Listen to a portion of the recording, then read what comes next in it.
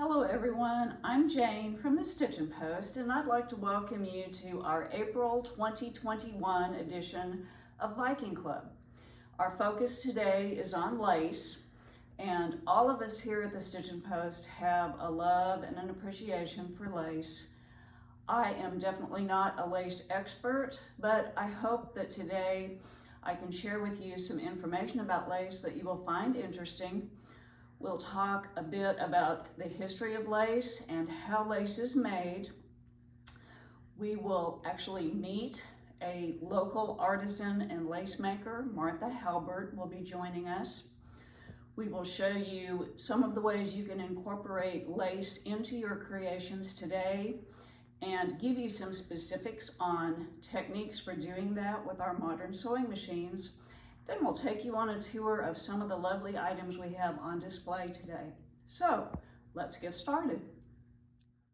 Today we're telling the story of lace. And I think when telling a story, it's always helpful to start with a definition of the subject. The definition of lace as provided by the National Museum of American History is an ornamental openwork fabric created by looping, twisting, braiding, or knotting threads, either by hand or by machine. The story of lace began a very, very long time ago. It's actually difficult to pinpoint the actual first laces that were made. They go back many centuries. Forms of openwork fabrics and fine nets with a lace-like appearance have been around for a very long time as we look back through history. Lace, as we think of it today, arose in the late 15th century and in the early part of the 16th century. During the latter half of the 16th century, there was a rapid development of lace as an openwork fabric, and the two major forms of lace came into being, those being needle lace, which is created with a needle and a single thread, and bobbin lace, which is created with multiple threads. The process of creating needle lace begins by couching or stay stitching an outline thread to form the design lines of the pattern you wish to create. Once those outlining threads are in place, then hundreds or even thousands of buttonhole stitches are made within the design areas. The buttonhole stitches are placed close together or further apart. They're made in various patterns to create the look of the finished piece. And once all of those design areas are filled in as desired, the stay stitching can then be removed and the piece can be released from the background. If you look at the photos to the right, you will notice you can see clearly on these examples the heavier threads that have created the outline of the lace design. And then within those areas, many buttonhole stitches have been made. Some are looser and in differing patterns. Some are more dense and closer together. Similarly, in the lower photograph, which is a portion of a butterfly wing, you see the outlining threads and the various patterns of buttonhole stitches that have been made within those design areas to create the needle lace. Bobbin lace, on the other hand, is made utilizing multiple threads. The number of threads depends on the complexity of the pattern. The threads are wound on bobbins to help keep them under control as the lace is being made. The bobbins were originally made of bone or wood, and over the years, plastic bobbins became available. The work is held in place with pins that are set in a lace pillow, and therefore this type of lace is sometimes referred to as pillow lace. The pins are placed as designated by the particular pattern of lace that is being made. So if you look in the photograph on the upper left, you see this is a lace pillow. These are the many bobbins that are holding the threads that are being used. The lace pattern itself is placed here, and pins would be placed along strategic points of the lace pattern so that as the threads are twisted and braided, the lace would be formed around the pins and then the pins would be removed. In the lower left is a photograph of a obviously well-to-do woman. This photograph is from approximately 1570, and you can see that her dress is adorned with bobbin lace, and this particular bobbin lace is actually made from metallic threads created from precious metals, silver and gold. So obviously there was a lot of lace that was really only available to the upper class, very well-to-do part of society at that time. The lower right picture shows a variety of bobbin lace patterns. The delicacy of the lace depends on the weight of the thread being used. The finer the threads, the more delicate the lace. Through the latter part of the 16th century and the 17th century and beyond, many individual types of named laces developed. And this was true both for bobbin lace and needle lace. Some of these named laces were based on the characteristics of the lace itself, and some were based on the city or the area where the lace was originally made. If you look in the photograph here in the upper left, you'll see examples of torchon lace. The word torchon in French means dust cloth or tea towel. Torchon lace is also sometimes referred to as beggar's lace. It's typically made in a coarser thread. The designs tend to be more simple geometric designs, no elaborate floral patterns. So this type of lace was more affordable and was actually available to the middle classes rather than just the wealthy upper class. In the lower left, we have an example of guipure lace.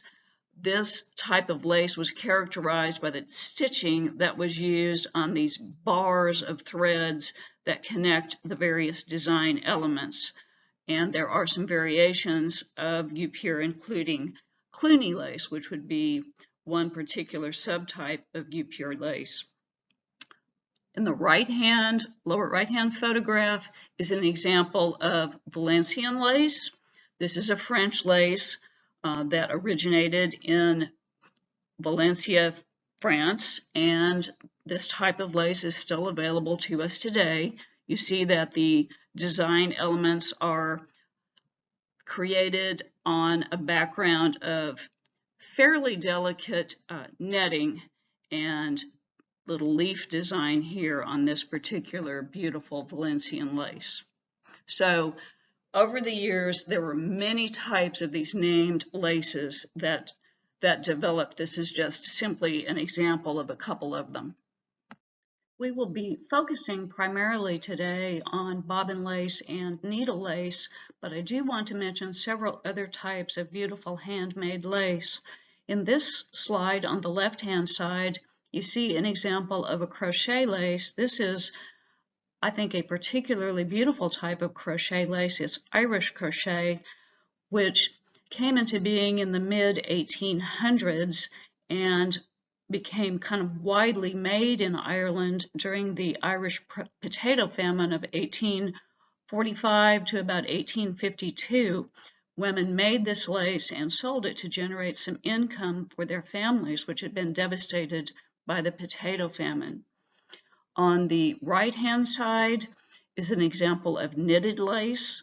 This is actually a Shetland wedding shawl. It's made with the absolute finest wool you can possibly obtain.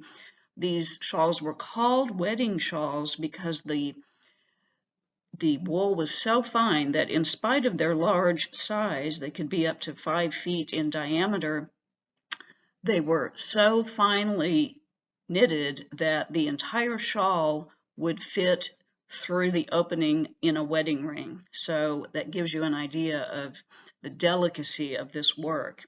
Queen Victoria was a big fan of knitted lace, particularly Shetland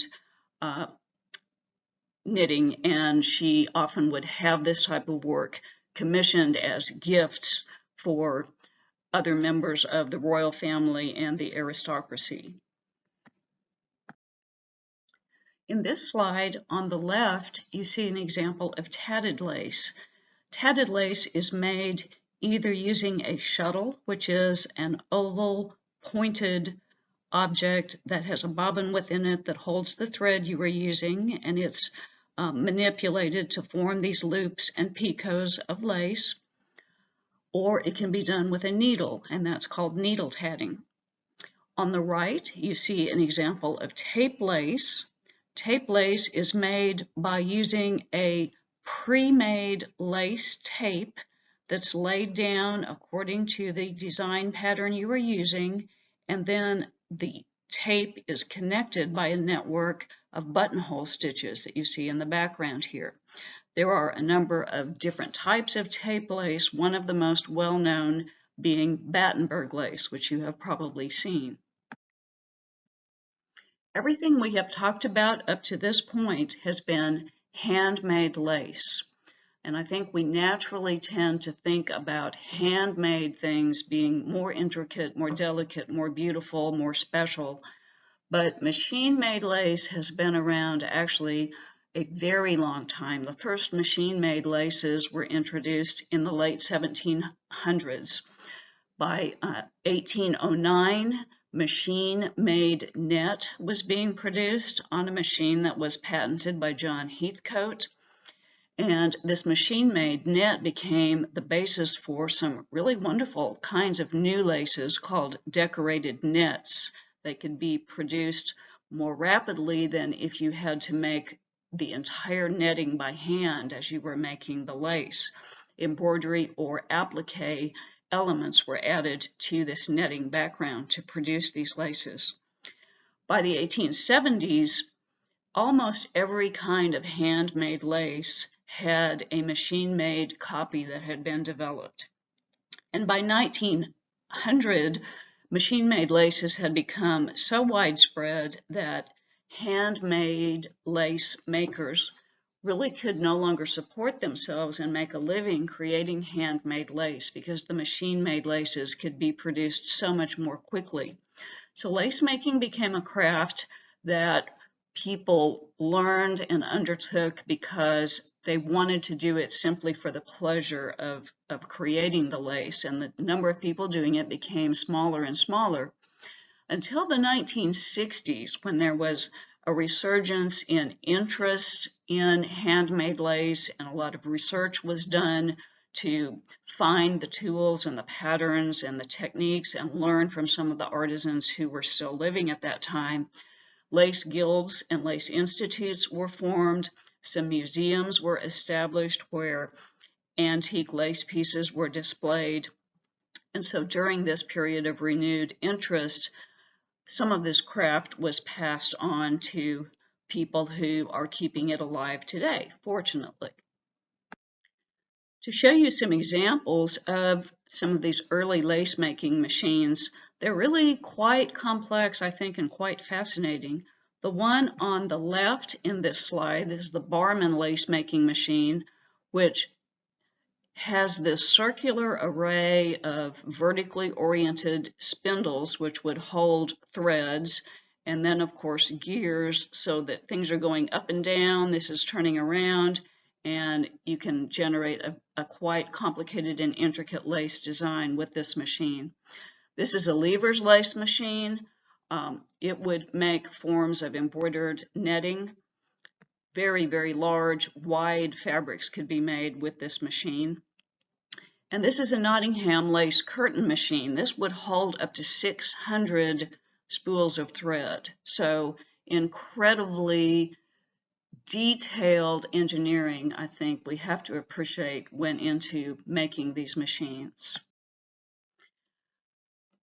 As I mentioned in a previous slide, there were new types of laces that came about as a result of the use of machines. You see a couple of these shown on this slide. Chemical lace here on the left was made by machine. Embroidery would be done on a base cloth that could be dissolved. And so after the embroidery was finished, the underlying cloth element would be dissolved away, leaving only the lace. This is kind of like when we do lace on our modern embroidery machines on water-soluble stabilizer, and then the stabilizer is dissolved away, leaving the lace. In the center is an example of Carrick-Macross lace. This is done on a netting background that was made by machine, and these are applique pieces of muslin fabric, tiny detailed pieces of muslin fabric that are stitched down with embroidery stitches added in between. On the right-hand side is an example of English netting lace. Again, this is done on a pre-made net, and the stitching is embroidery. So this is a form of lace done by embroidery on machine-made net. I'd like to mention one last and I think very special type of lace, and that's Normandy lace. Normandy lace is sometimes referred to as war lace, and those are words that we don't normally think of as being used together. But during World War I, there was such extensive bombing and fire in Belgium, particularly in Normandy, that all of the flax fields were burned, and there was really no source of thread for lace makers to use because flax thread was the most common thread used in lace making. So these lace makers were not able to support their families by making new laces to sell. So Normandy lace was made by taking whatever leftover bits and small pieces of lace and embroideries they could find and sewing them together into a patchwork lace that could be made into garments and household items and could be sold to generate income. These are examples of Normandy lace pieces, and you see very much it's a patchwork lace, small pieces of lace of differing types that have been sewn together to create these outstandingly beautiful items. This art has continued. Martha Pullen actually had some publications describing making of Normandy lace patchwork. At this point in our presentation, I would like for you to meet an actual lace maker. She lives here in Little Rock, which I think is pretty amazing that we have interest in lace making in Central Arkansas and people who actually know how to do it. So let's meet Martha Halbert. Hello everyone, I'm Jane here at the Stitchin' Post, and I have with me my friend Martha Halbert, and she's here to talk about lace a little bit today. And Martha and I have known each other for a good many years. At this point, we got to know each other because we're both members of La Petite Roche, the Little Rock chapter of the Smocking Arts Guild of America. Martha is an accomplished needle artist in a number of areas, including sewing, smocking, quilting. She does beautiful hand quilting. She's a knitter. And some years ago, she became a part of a group in the Central Arkansas area who were interested in creating and learning about handmade lace. And that's really pretty incredible that we would have a group like that in Central Arkansas. How did that happen, Martha? One day I was at the local library and just happened to be there, and there was a sign up that said, if you're interested in lace or lace making, give me a call. And it was from Irma Osterman. And so I gave her a call, and that started a group that we met once a week. And we talked about the history of lace and lace making and how to make lace. And we eventually got into workshops making lace and even had a teacher from Ireland come over and teach us. But the driving force was Irma, her passion for needle lace. And her history is just amazing. I'm going to refer to my notes here because there's so much. She studied lace making in the United States, in Belgium, Czechoslovakia, Holland, Finland, and France. She consulted and lectured at the Smithsonian, and she had lace exhibited nationally and internationally. She published articles for the lace magazines. She wrote 2 books on lace making, and she was in 2003 she was named an honorary member of the International Old Lacers for her contribution to lace. Wow. And her life was just incredible. She traveled and did all these adventures, and we tried to get her to write a novel on her life, but she never did get around to it. But she was just a very interesting person. So she actually taught you guys the process of making lace, both bobbin lace and Needle lace. Right. There's many different kinds of lace, and we just concentrated on the needle lace and the bobbin lace. And she not only taught us how to do it, but she also taught us the history of it. There was a lot of education there to be done. I'm sure. Well, you have brought to share with us today some of your personal items and some laces that were a part of Irma's personal collection that she passed on. So would you just kind of show us a little bit about what bobbin lace and needle lace look like in process? Right.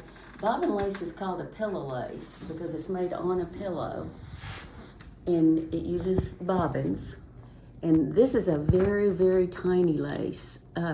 You can make a lace, well, just huge laces with hundreds of bobbins. You just get a bigger pillow, and you have a pricking, and then you have the pins that hold your stitches as you make them.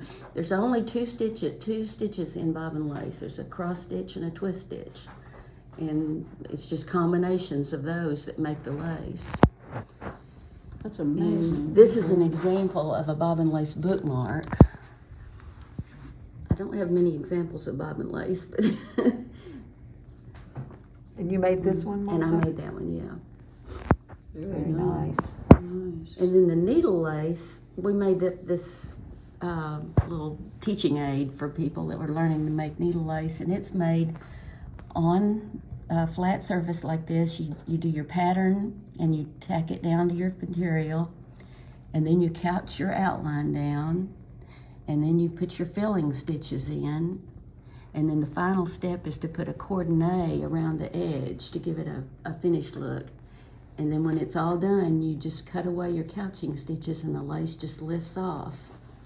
So the look of the lace really depends, for one thing, I guess, on the thickness of the thread that's used. Yes. This is a very heavy thread I'm using here Okay. for teaching. Just so As you can opposed see. to Yes. as opposed to this one over here. I don't know if we can get that on camera well enough for you to actually see. This is what it's supposed to look like, and this is the work in progress. Yeah, the fine thread shows up. Very fine thread. And then next to that over there is a sampler Yes, of different... there's hundreds of different stitches that you can make. It's all buttonhole stitches, but it's combinations of buttonhole stitches. And these are just a few, and this is where you practice and get comfortable with a stitch before you actually put it on your finished piece.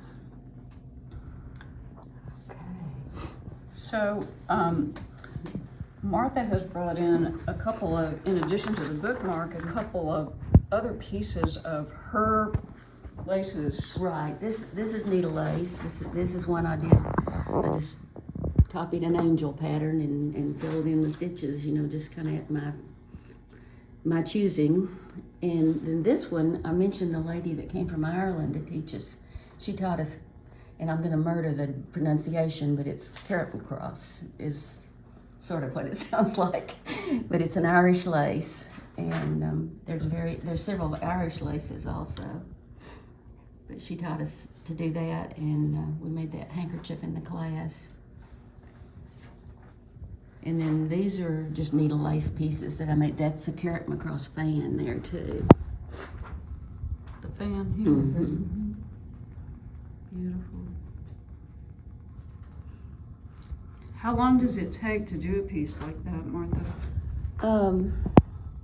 It takes me forever. A good lacer could probably make it pretty fast, but I don't know. I can't really put a time on, because they're all different, and these little needle like she's showing now, they don't take very long at all. You just got to consider you're making that many little buttonhole stitches in each one. Wow. I mean, yeah. So like, what weight thread are these? 100 over 2, I think. Like smaller than thread we sew with? Yes. You usually have to special order it. It's not something that's kept locally. Oh, that's beautiful. All right. Thank you, Martha. Those are awesome. And then the other thing that you have is some antique laces that were a part of Irma's collection. Correct, yes. She gave me these, and they're all different. Let me see if I can get a close up and we'll have tags. Mm-hmm. She told me that the more desired or expensive lace is the kind that has a finished edge, and I think it was one of these. The edge is finished on it. So, Martha, I think you told me that of those are all handmade laces with the exception of... These two are machine made right here, and some of them have machine made edges. These top edges are machine made on these, but the others are handmade. It's amazing to think that a machine could be engineered back in the 1800s. Yes. That would produce that kind of look. That's amazing.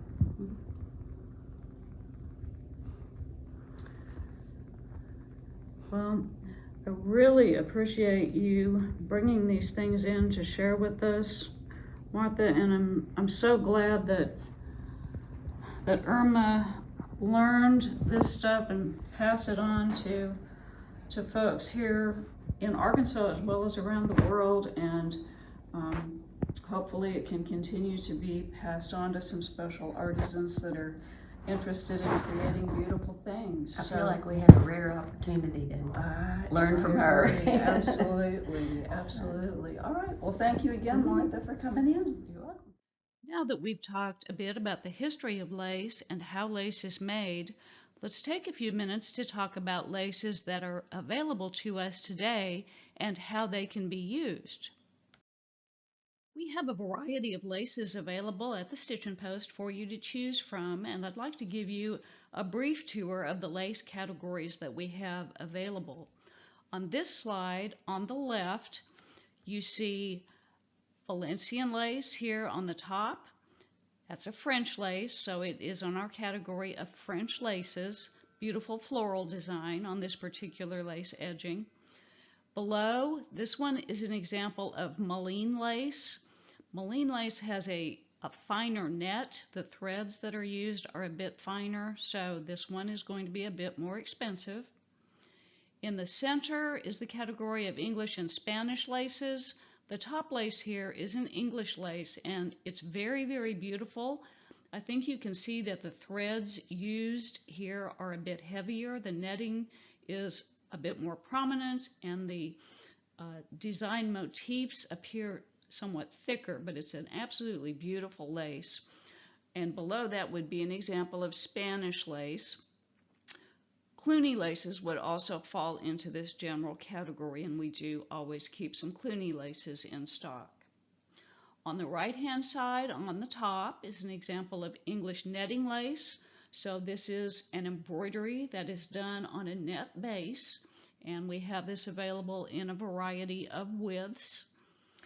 And on the bottom, this is tatted lace. And we do have not a large variety of tatting because it's actually becoming increasingly difficult for us to find, but we do try to keep a selection of basic tatted edgings in several widths, and we also have a tatted insertion available for you. Also available to you at the Stitch and Post are Swiss embroideries, and you see in the upper portion of this slide a couple of examples of Swiss embroidery, this one being an insertion This one being an example of a Swiss embroidered edging. Swiss embroideries technically are not laces. They are actually embroidery done on a base of fabric, usually a batiste fabric, but they are often used in combination with lace or in place of lace, so I felt it was appropriate to include them in our discussion. On the lower left are examples of a couple of the beadings that we carry, the top one being a Malines lace beading, and the lower one being a Swiss embroidered beading. Beadings always have an opening through which ribbon can be inserted. This one obviously would hold a wide ribbon. This one would hold a narrow, delicate ribbon. On the lower right here is an example of entredeux, which we carry in several colors and even in a couple of wider versions like triple entredeux. The word literally means between two, and entredeux is used either between laces that you are joining or between lace and fabric when you are joining lace to your fabric garment. Sometimes it's even used between two areas of fabric, such as in the sleeve seam of your garment. It adds a design element, and it also adds strength to the seam where it is added. So entredeux is something that we always have in stock and available to you. So now that you've seen the laces, let's look at some examples of how they're used in today's creations. On the left in this slide, you see a beautiful child's dress, which has the bodice and the sleeve made of joined rows of French lace and Swiss embroidered insertion. It's even got some lace edging added along the sleeve seam and along the neckline. On the right-hand side is the bottom of a christening gown, which has a beautiful lace band here that's composed of entredeux and laces, this being a Swiss insertion that's added between the laces here, and of course it includes pin tucks, which are a beautiful design element. It's important to remember that lace is not just for girls and women. It can actually be used very effectively on garments for little boys, as you see in this slide. Both of these bubble style garments have lace incorporated on the front area as well as around the collar and on the sleeves on both of these garments. Some laces have a more geometric design element rather than a floral motif, and frequently people will choose the more geometric laces when they are creating a garment for a little boy. And just a reminder, lace is not just for children. Both of the garments shown on this slide are ladies' garments. The ladies' blouse on the left is the Chantilly blouse that is in the current issue of Classic Sewing magazine. And the garment on the right is a beautiful ladies' nightgown that includes lace insertion and probably also some Swiss embroidery in the bodice area of the nightgown here. Beautiful ladies' garments. If you don't want to make a garment, I would say to you that there are lots of other uses for lace to make small decorative items. Oftentimes these use small leftover bits and pieces of lace. You see here in this slide these beautiful heart sachets that have incorporated some lace bits along with some mother of pearl buttons. Similarly, the little lace bags here could be used as sachets or to hold a small gift. These beautiful lace bookmarks in the top right are using snippets of lace along with pearl buttons and some sweet wording added. And then on the lower right, we have some jewelry that's made by framing tiny pieces of beautiful laces. Here are some more interesting ways to use pieces of lace. In the upper left on this slide, you see a quilt that has been made using some beautiful, interesting fabrics as the base with wonderful pieces of vintage laces incorporated into the quilt, and this would be an excellent way to display some antique lace pieces that otherwise might not be seen. Several other sachets are shown here with pieces of lace. This one's even got a fabric yo-yo, which the Brits call a Suffolk puff. I think that's a wonderful term for it. This little sachet has a heart applique with a little bit of hand embroidery running stitch added. And then the one here in the upper right incorporates pearl buttons as well as some hand embroidery and a little charm. So there are a lot of very sweet things that you can do with your bits of lace. And while you're thinking about what to do with those bits, put them in a glass jar. Look how beautiful these laces are in this cracker jar. Put your laces in a jar, put them on a shelf, and they will add wonderful charm and inspiration to your sewing room. Once you have obtained your lace and decided on the project you would like to make, there are a few basic tools and techniques that you will want to be aware of, so I'd like to spend a few minutes talking about those. First of all, as you are preparing to sew with your lace, it is important to start by starching and pressing your lace. This will add body to the lace and make it easier to handle when you are sewing. Any type of spray starch can be used on your lace, but our favorites are Starch Savvy or Mary Ellen's Best Press, and we like to use the spray mister bottle, which creates a fine, even spray of starch over your lace and will help prevent scorching. When you press, be sure to use a pressing motion going up and down, straight up and down with the iron rather than sliding the iron, which could stretch your lace. Press until dry and repeat the starching process 2 to 3 times as necessary. It's important to choose the correct thread when you begin sewing with your lace. You want to choose a fine cotton thread. 50 weight is generally what we recommend, and we have available at the Stitch and Post 50 weight DMC and 50 weight Aurifil threads.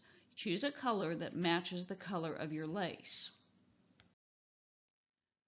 The reason for choosing a fine thread is because it makes your stitching less visible when you're working with your laces.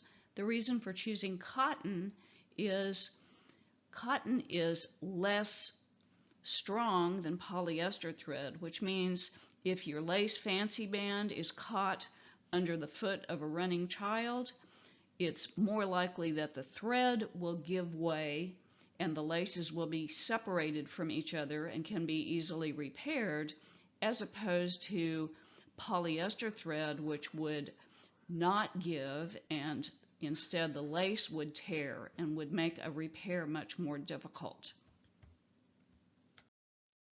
It's important to use a small needle when sewing with lace. Typically a size 60 or 65 is recommended, but definitely nothing larger than a size 70 needle. Shown here are Schmetz universal needles in size 60, or if you're more used to the American system, this would be a size 8, a 65 or 9, and a size 70 or 10. Universal needles are used rather than Microtex needles because Microtex needles can actually cut the fibers of your lace. Having the right feet for your sewing machine will make all the difference in the ease of sewing with your laces. The edge joining foot will make stitching pieces of lace together along the lace headings much easier. This is a photograph of the edge joining foot, and this is the metal version of the foot. You see that the center of the foot has a bar that goes all the way from the foot down to ride on the foot plate of the machine.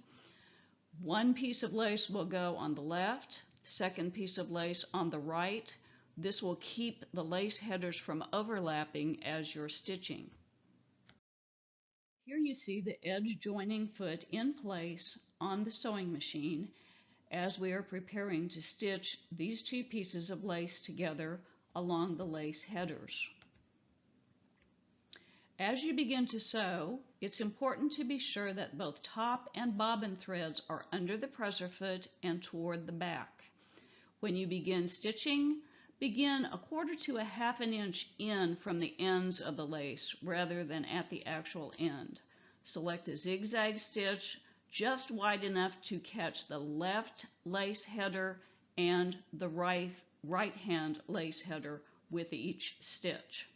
The flange on the presser foot will keep the lace headers from overlapping as you stitch, and choosing a short stitch length will pull the laces together and keep them even. You see the stitching proceeding here, the flange keeping the lace headers separated, but the stitching pulling them so that they are butting against each other. As you stitch down the lace, you will see a very fine zigzag seam formed between the two lace headers, giving you beautifully stitched lace. The second important presser foot for your sewing machine that will help you as you're working with lace is the open toe foot. This foot gives you full visibility of your needle, and it's particularly useful when you're stitching into the holes of entredos. This is what the open toe foot looks like, and this is the clear version of the open toe foot. You see that the area here in front of the needle is completely open, so it gives you absolute full visibility of your needle. Here you see the open toe foot in place on the sewing machine as a strip of entredos is being stitched to lace insertion.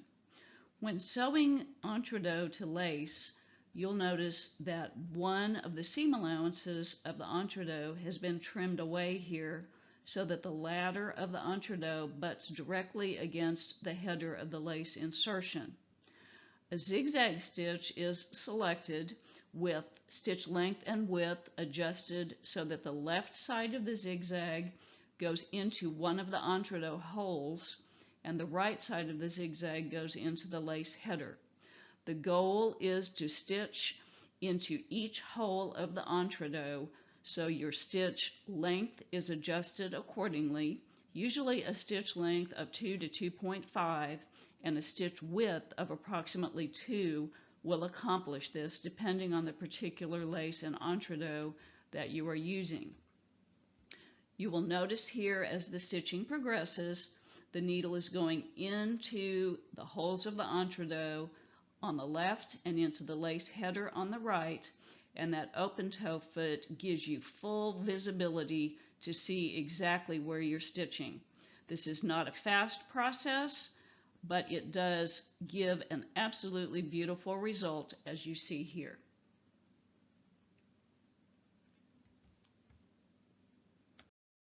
So I think you've been seeing up to this point that sewing with lace is largely about using a zigzag stitch, and you really want that zigzag stitch to be fully adjustable so that you can get the length and the width of the stitch adjusted so that they exactly suit the needs of the fabric and the lace that you are using. I do want to show you one final technique using the zigzag stitch. This technique is used when sewing lace to fabric, as you see here around the edge of this little sleeve. It's sometimes used when sewing lace along the hem of a garment. It makes a nice little roll on the inside edge and gives you a nice finished look. The way this is done is you can use the open toe foot if you like so that you have maximum visibility. You place the lace on the fabric such that the raw edge of the fabric extends approximately 1/8 of an inch past the lace header. You set your zigzag so the left side goes into the lace header and the right side goes completely off the edge of the fabric.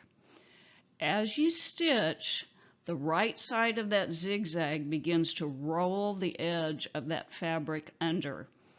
And the further you go, you will see that it's making a nice little roll, rolling the edge, the raw edge of the fabric over the lace header and covering it with a zigzag stitch.